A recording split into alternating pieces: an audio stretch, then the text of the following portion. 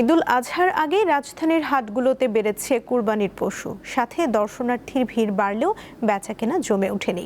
ক্রেতারা অপেক্ষা করছেন কাঙ্ক্ষিত দামে পশু পাওয়ার, আর বিক্রেতারা বলছেন শেষ কদিনে জমে উঠবে পশুর হাট।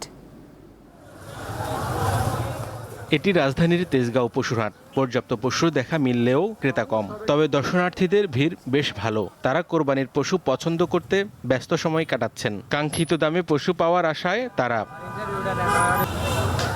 শেষ দিনগুলোতে পুরো দামে কেনা বেচা শুরু হওয়ার আশা বিক্রেতাদের।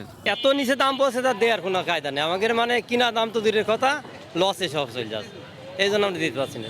আমরা একটু বেশি চাইতেছি, ইন্ডিয়ান গরু আসে না, খাওয়া দাওয়ার দাম বেশি, ভুসি কুড়ার দাম অনেক বেশি, গরুর পিছনে অনেক খরচ। বাজারে পশুর দাম নিয়ে রয়েছে মিশ্র প্রতিক্রিয়া। ক্রেতাদের অভিযোগ, খামারি ও ব্যাপারীরা পশুর দাম কিছুটা চড়া হাঁকাচ্ছেন। প্রচুর দাম চেয়েছে আর কি, যা 2 লাখ 2.5 লাখের গরু 4 লাখ 4.5 লাখ গরু আছে, কিন্তু ওনারা দাম ছাড়তেছে না। ব্যাপারীরা যে পরিমাণ গরু আছে এই পরিমাণ এখন বেচা কিনা হচ্ছে না। আর 2-1 দিন দেখি, ঘুরে ফিরা দেখি, যাওয়ার পরে দাম পড়লে আর একটু কিনবো, তবে দাম পড়ার সম্ভাবনা বেশি আছে। হিউজ পরিমাণে গরু আছে, কিন্তু গরুর দাম এবার একটু বেশি। পশুর হাটে বাড়তি আকর্ষণ যোগ করেছে ওট ও দুম্বা। বিশাল আকৃতির ওটগুলো দেখতে ভিড় করছেন উৎসুক মানুষ। প্রতিটি ওট বিক্রি হচ্ছে 24 থেকে 25 লক্ষ টাকায়। একটা শাহিওয়াল আছে 970 কেজি, একটা অস্ট্রাল আছে 1070 কেজি, আর উট আছে।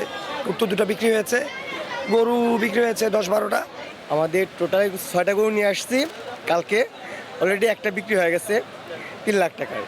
হাটে বরাবরের মতোই এবারও ছোট ও মাঝারি আকারের গরুর চাহিদা বেশি। হেদায়েতুল্লাহ সীমান্ত, দীপ্ত সংবাদ, ঢাকা।